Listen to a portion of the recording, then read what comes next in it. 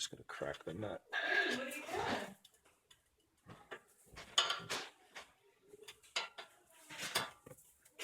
Is that an 18? 19. When using an impact gun, don't use a 12-point socket like this because you're guaranteed to round off the nut. You have to use a 6-point. Good to know. Good to know. You take a 19mm 6-point. You get a little electric impact gun.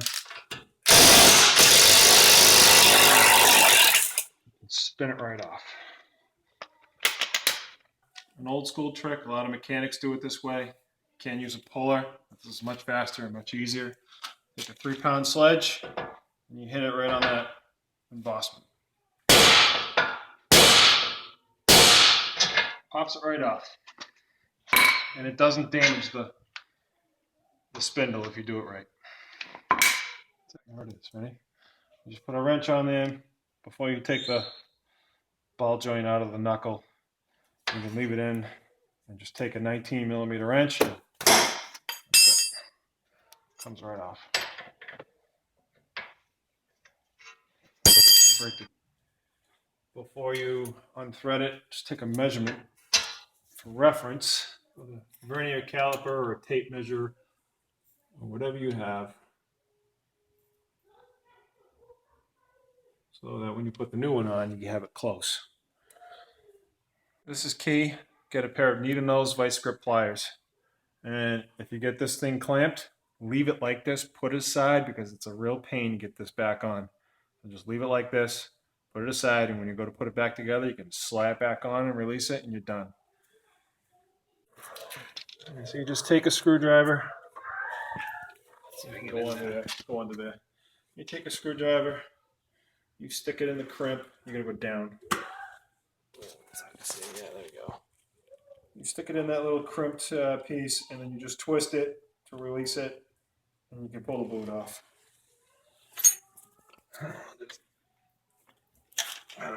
Twist it, bend it,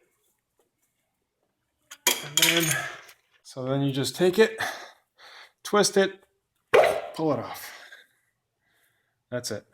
And there's the little crimp connector that I use the screwdriver to bend it and stretch it. So that's I can get it one-time off. use. One-time use only. So we'll have to put a regular hose clamp on like this when we're done. The new inner tie rod ball joint comes with a little locking ring that's supposed to prevent it from backing out. And what you do is you slide this onto the rack, and these little tabs engage grooves in the rack to keep it from spinning. Then you tighten this on, and when you get it tightened, you have to bend these tabs over. That locks this in place. The factory ones are bent over right now, so I'm going to take a chisel and straighten them out so that I can unscrew it. I'll just take a chisel or a large screwdriver with some flat spots and just bend them back.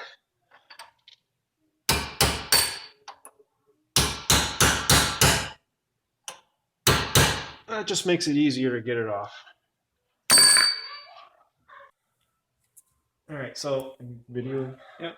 So we're just gonna crack this, put our pair of channel locks. That's it. And then we can just spin it off. I recommend you get some temporary gloves because there's a lot of grease on this. I'm gonna have to.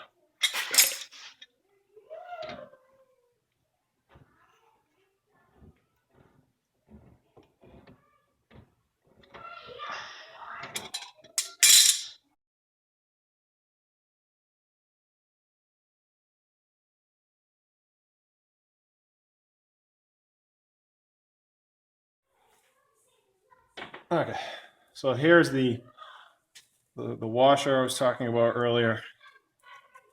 It's kind of stuck on there, but you can see the little tabs.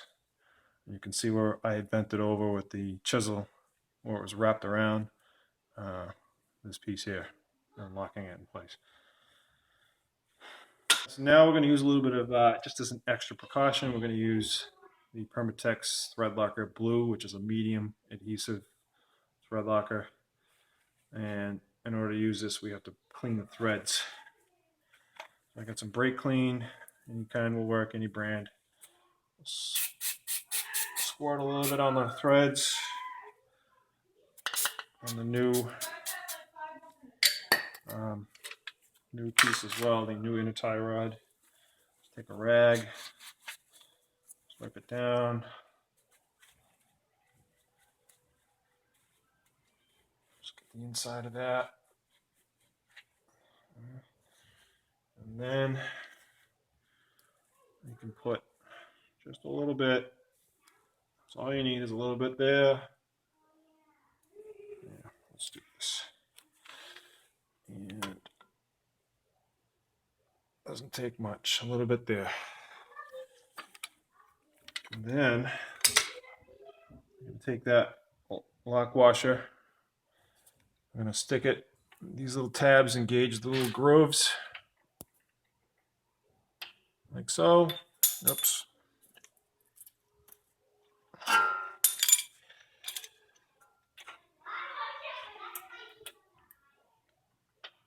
Okay, and then this just screws in. You want to make sure as you're screwing this on that you're holding that lock washer in place so that you don't, so it doesn't become disengaged and you crush those little tabs. And just tighten it. Grab a pair of channel locks.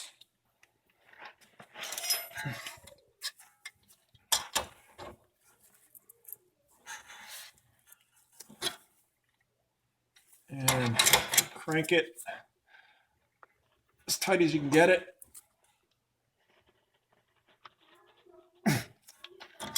That's it. All right, now we have to, there's two flat spots on the inner tie rod. And the washer, what we need to do is take this washer and bend it over onto those flat spots, just like it was from the factory. I found the easiest thing to do is just take a pair of channel locks, grab it right on the edge, and bend it right over. It doesn't have to be perfect, because the idea is you don't want this thing to back out if it becomes loose. And this in conjunction with the thread lock will prevent it.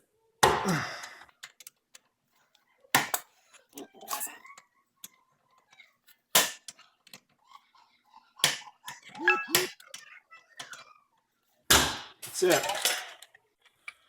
All right, so you want to make sure that before you put the old boot back on, you want to check for cracks. So you just kind of bend it around, and if you see any cracks, or what a lot of people refer to as dry rot, you want to replace it. This one is in really good shape. There's no cracks. And you can also see the factory crimp connector on here. And we're just going to loosen up and peel off. I'm just going to take a pair of these. That's it. We'll take our new hose clamp, and you want to you can orientate this in two different ways. It depends on what kind of access you have. You want to turn it one way or the other so you can get to it easily with a wrench. And it looks like if I turn it this way, that'll be the easiest way for me to get at it with a wrench. And we just loosen this up a little bit. What size is this? Okay, so we just went to the auto parts store and we bought a 2-pack of basic 1¼ to 2 1/4 hose clamps.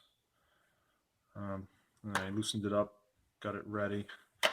The factory groove is a little narrower, but if you put it on like that, tighten it, it works pretty well. So right now I'm just going to slip it on.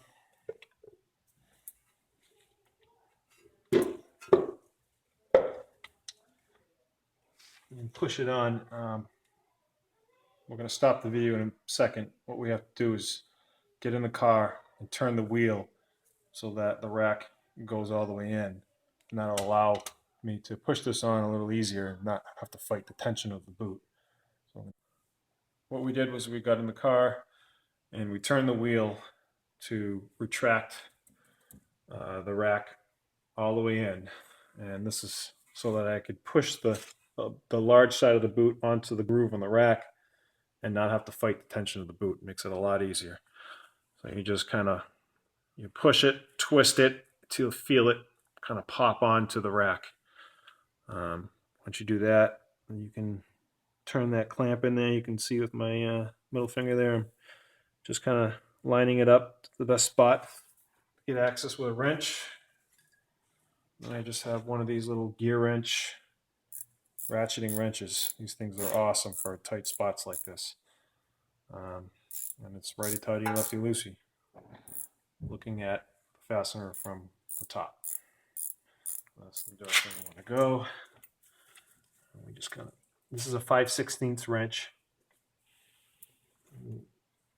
Standard hose clamp size. And then you just kind of ratchet it on. So again, previously we talked about the orientation of the clamp to get the best spot, get the most leverage on it. You're going to have to play with it. Each side is a little different. Right now I have it turned to this position, and this is giving me a good wide range of swing on the ratchet. And you just turn this. You don't have to crank it real tight. You can kind of feel it getting tighter. If you go too much, you'll strip it, which is real easy to do. So you just want to crank it until it starts to get a little tight. Give it a couple of turns, and then that's it.